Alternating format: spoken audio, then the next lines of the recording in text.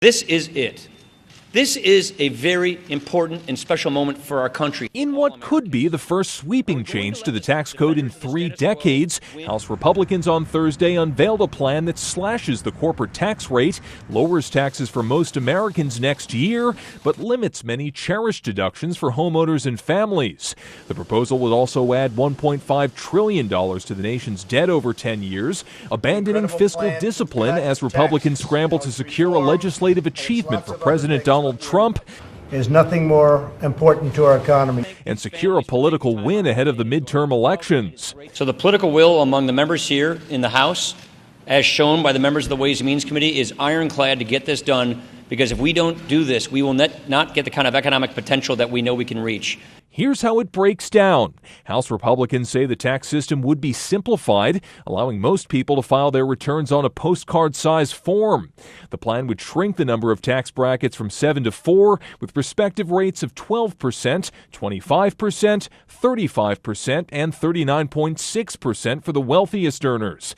The standard deduction almost doubles to $12,000 for individuals, $24,000 for families. And the child tax credit increases from $1,000 to $1,600, though the $4,000 per child exemption would be repealed. On net, the plan could ultimately mean tax increases for many upper-middle-income families. Wealthy Americans would benefit from the repeal of the alternative minimum tax, a higher bracket aimed at high-income earners. It would also phase out the inheritance tax on multi-million-dollar estates. The corporate tax rate would be slashed from 35% to 20%, something Republicans and Trump argue would improve U.S. economic competitiveness. The Tax Writing Ways and Means Committee will work on finalizing the proposal next week, and the GOP's ambitious timetable to get a bill to Trump by Christmas faces numerous roadblocks. Democrats have repeatedly complained the plan was too favorable to business and the wealthy, and it's also causing anxiety for some House Republicans and a few in the Senate, which is intent on writing its own bill. Robert Bumstead, Associated Press. GOP tax reform worse than partisan. It's petty. Compared with Reagan's Reform, Tax Cuts and Jobs Act is a huge disappointment, our view. The much-hyped, and long-delayed, House Republican bill to overhaul the federal tax code is not entirely without redeeming qualities. The measures cut in the corporate income tax rate from 35% to 20%, for example, could boost the economy. And its limit on the interest deduction for new mortgages has angered the powerful home building and realtor lobbies, which suggests that its drafters might be doing something right. But by the standards of President Reagan's landmark 1986 tax reform, this plan is a major disappointment. It lacks fiscal discipline, is needlessly indulgent of the wealthy, and is purposely punitive to universities, college students and people who live in high-tax states. Taken as a whole, this plan is partisan, even petty. Rep. Peter Roskam, we're helping middle-income Americans. Its shortcomings start with the fact that it is not revenue neutral, something that Reagan insisted on. Preliminary estimates are that it would increase deficits by $1.5 billion over 10 years. To put that in perspective, an only slightly different cast of GOP lawmakers screamed bloody murder in 2009 over an Obama economic stimulus plan half that size. Republicans were deficit hawks then. Now, not so much. Also disappointing is the general lack of simplification to the absurdly complex tax code. Sure, individual filers would be spared the chore of computing the hated alternative minimum tax, but otherwise would find a tax code that is different, not simpler.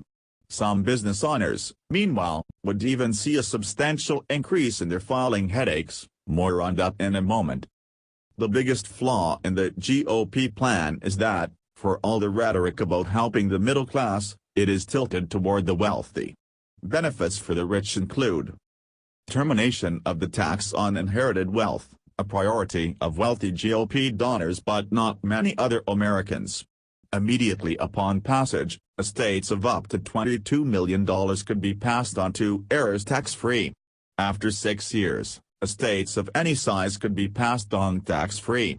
Over a decade, this change alone would drain $172 billion from the Treasury.